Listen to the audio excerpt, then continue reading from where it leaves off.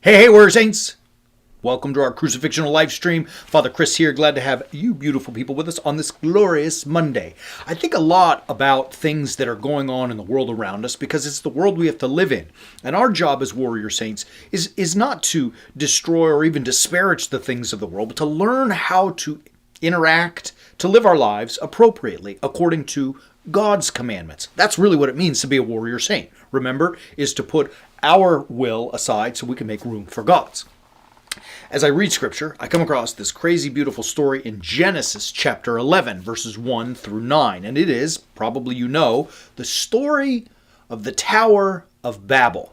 Now this story is fascinating because it's right after the Noah stories. So there's the Noah, the ark, the floods, God wipes everything away, the rainbow, things are new, and then immediately Genesis 11 rolls into the Tower of Babel. And what's happening in this city of Babel is that the people, they all speak one language, means they're connected, and they come together and they say, let's build this great city, right? So they want to build a great city. They're going to burn bricks so they can make them, the bricks solid with bitumen and mortar to make these, tall structures. They're going to build a city with a tower that reaches up into the heavens. Now, for those who know the rest of the story, God comes down and says, what are they doing? These crazy people, they're building a tower trying to get to heaven. We better scramble their languages so they can't make this big of a mess. And so it says that God came down and he scattered how does it say it, Greg? But he scattered their languages. He confused, that's the word it uses, confused their languages and they were scattered abroad. Thank you, that's right. So, in other words, this is how literalists say, well, that's where Chinese came from and English came from and French came and Arabic came, and this is why, because of Babel. Okay. Here's the point of the story. What's going on in Babel? Why is it a big deal for them to build a city? Why is it a big deal for them to build a tall building that the tower is into the heavens? Here's the point. In the scriptural message, God is the provider. He takes care and offers a system, maybe that's a crass term, but a system, a way of life, how to live, so that all things will go well. As you continue, for those who are, and I hope you all are, students of the Holy Bible, study it, baby, study it, because you're going to see as it goes on and on, he's going to constantly tell them, I will provide, even in the desert, even in the wilderness. I'm going to show you a way. And the people, starting with Adam and Eve, and all the way through the last page of the book, reject God for their own way. And that's what's happening in Babel. We don't need provision by God. We will find our way. Our own way to do things, and we'll build our own city that we can sustain ourselves with and create commerce and business and safety and armies and all this kind of stuff, none of which are necessarily bad in and of themselves.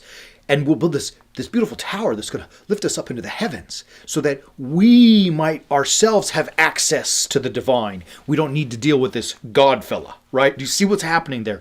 It is building a city, building a tower is not inherently bad. It's the desire for independence from God and replacing his position with me. That's their sin. And God says, ain't gonna happen. And he confuses their language and scatters them. So this is ultimately what's going on with the Tower of Babel.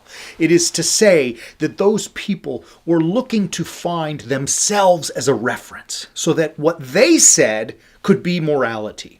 What they said would be the way to live life. They were creating a new way that was very much contradictory to God's way. And this is their problem. And God, obviously, as God, wasn't going to tolerate it. Now, as we listen to this and we think about the world in which we live, is it not like a familiar story? Do you and I not hear stuff in the news and in our socials and all over the place that sounds very much like the Babylonians? Those of Babel, the people of Babel.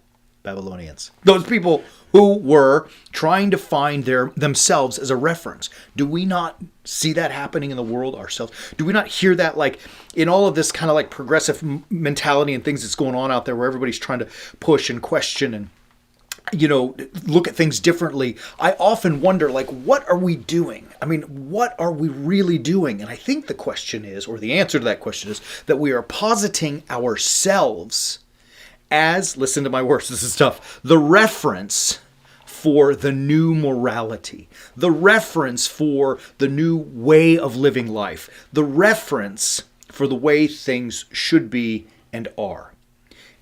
all of that, and I think it's a mistake, ends up with a commercial. So there's a great commercial for those who don't live. I mean, we're teaching this from the Phoenix, Arizona area, and there are some local casinos around on the Indian reservations. One of them, and forgive me, I might get it wrong, but it's called V Cuiva. I think that's the one.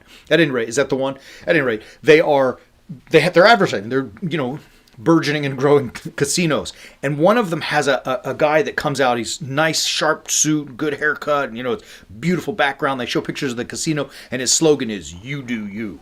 Right? He keeps saying that. You do you. Right? That's what he said. That's their slogan. And it's as if to say, whatever makes you happy, whatever makes you feel good, whatever you feel like doing, you do that. That's like the new morality. That's the new uplifting. That's what it's all about. Don't worry about what God says. You do you. And this is a product of that Babel mentality. And it leads to a world full of miserable people. It does. You can tell me I'm wrong, but I ain't wrong. Gina, I ain't wrong. You know I ain't wrong.